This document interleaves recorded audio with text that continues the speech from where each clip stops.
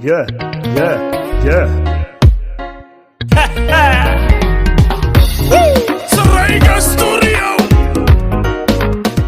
farxiye maxamed cismaan waxa ay ka mid tahay dadka baahiyaha gaarka ah qaba ee ku nool magaalada muqdisho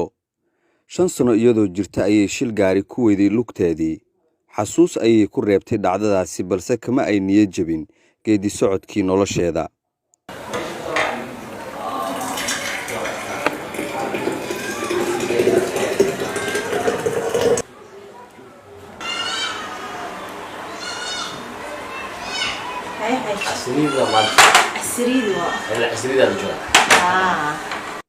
liibaan maxamed xaayow waa sayga ay u dhaxdo farxiyo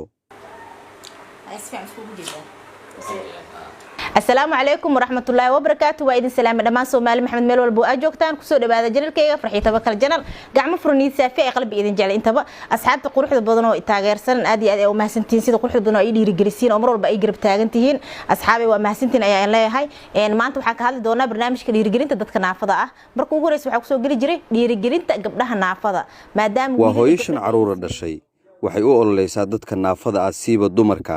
hoosh aniga aad ugu faraxsanaa markuu horeyso sababtoo ay tahay gabdho badan ayaa igu xiran oo na ka faa'iideeyay barnaamijkayga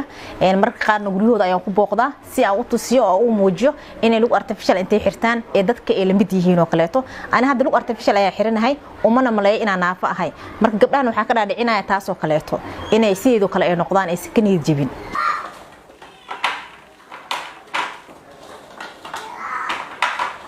iyadoo adeegsanaysa baraha bulshada ayay fariimo wacyigelina iska soo duubtaa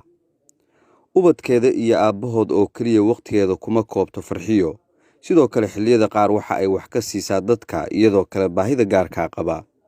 muuqaalo wacyigelin ah ayay u marsiisaa bar ay YouTube-ka ku leedahay iyadoo kaashanaysa saygeeda farxiyo aad u mahadsan tahay soo dhaweynta ay soo dhaweysay barnaamijkeenan aan ku leenahay barta YouTube-ka oo alaaba aan uga hadalno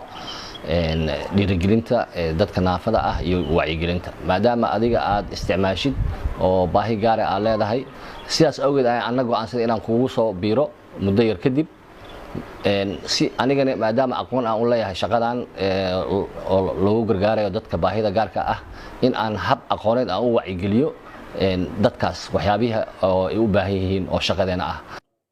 waxay ku waanisaa in ay wax un qabsadaan waxayna uga digtaa in qalbiga ay naafo ka noqdaan waxa ugu dhaliyay ayadoo ma aan jirin meel oo wax la iskaga gudbiyo sida internet ama aalad horumarsan oo kaleeto ayaa waxa arki jiray dad naafoobo oo aanan aaminsaneyn in naafanimada ay tahay qadarta Ilaahay oo wax walba lagu qabsan karo ee jiraan lagu artificial in la xiran karo adaa lagu go'an tahay ama adaa gacan ku go'an tahay taas ay ugu dhiirigelisay inaan YouTube-kayga furto oo aan dadka ka dhiirigeliyo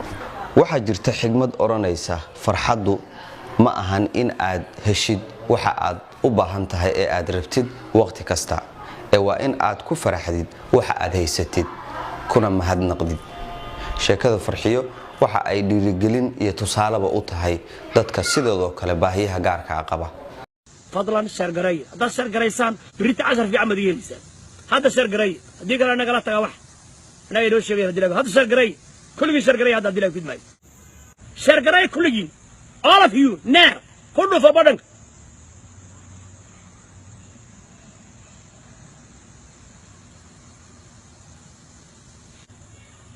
arafkayga aan xiranayaan una dilay kid waxaan isbees soo dhooban ilaa waa been ilaa saaxiib baan kula nahay been waro shargare yalla shargare